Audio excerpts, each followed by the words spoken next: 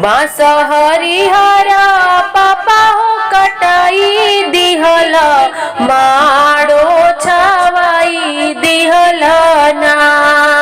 बांस हरिहरा पापा हो कटाई दिहल, माड़ो छवाई दिहल ना।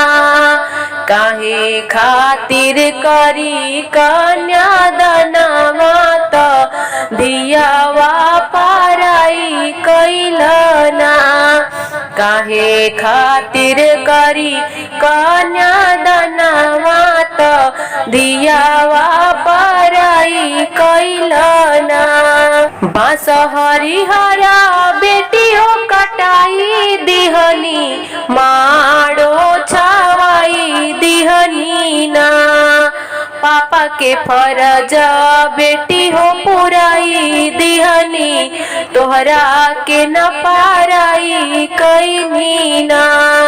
पापा के फरज हो बेटी हो पुराई दिहनी, तोहरा के न पाराई कैनी ना।